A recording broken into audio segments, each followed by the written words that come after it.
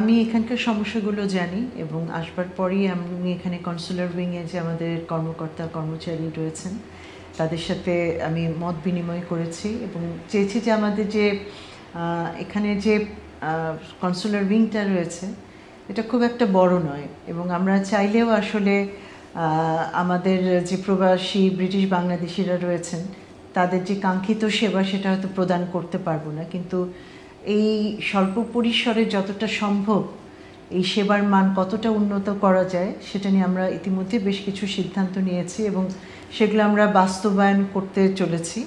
তো বাস্তবায়ন যেহেতু এখনও হয়নি সেই জন্য আমি এটা নিয়ে বেশি কিছু বলবো না। বাস্তবায়ন হওয়ার পরে আমরা হয়তো দেখবো যে কিছুটা হয়তো উন্নতি হয়েছে। তবে আমাদের যে কনসুলার সেবা প্রার্থীরা রয়েছেন তারা আমাদের প্রায়োরিটি, অত্যন্ত গুরুত্বপূর্ণ আমাদের জন্য, এবং তারা যাতে এখানে উন্নততর সেবা পান সেটা সবসময় আমরা সচেষ্ট থাকবো সেই সেবাটা দেওয়ার জন্য, সেদিকে আমরা লক্ষ্য রাখছি। পাসপোর্টের বিষয়টা হচ্ছে যে আমাদের এখানে তো লোকবলের একটা সীমাবদ্ধতা রয়েছে, লোকবল কম, আর এই তথ্যগুলো তো আমাদের বাংলাদেশে পাঠাতে হয়, ওখান থেকে পাওয়ার পরে আমরা তখন ডেলিভারি দিতে পারি।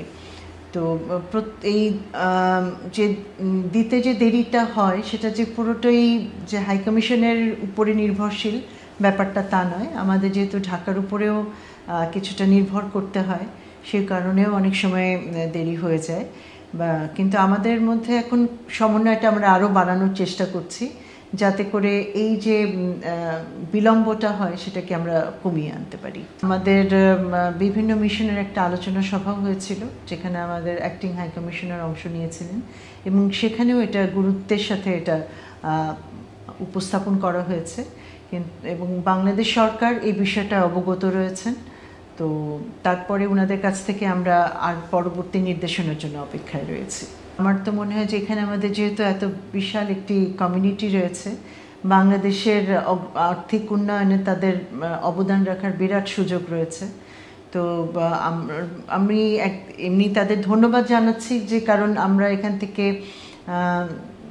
বিশাল সংখ্যক রেমিটেন্স পেয়ে থাকে বাংলাদেশ, কিন্তু ব্রিটিশ বাংলাদেশিরা যদি বাংলাদেশে বিনিয়োগ করেন আমার মনে হয় তাতে করেও বাংলাদেশের আর্থিক উন্নয়নে তারা অত্যন্ত ইতিবাচক ভূমিকা রাখতে পারবেন।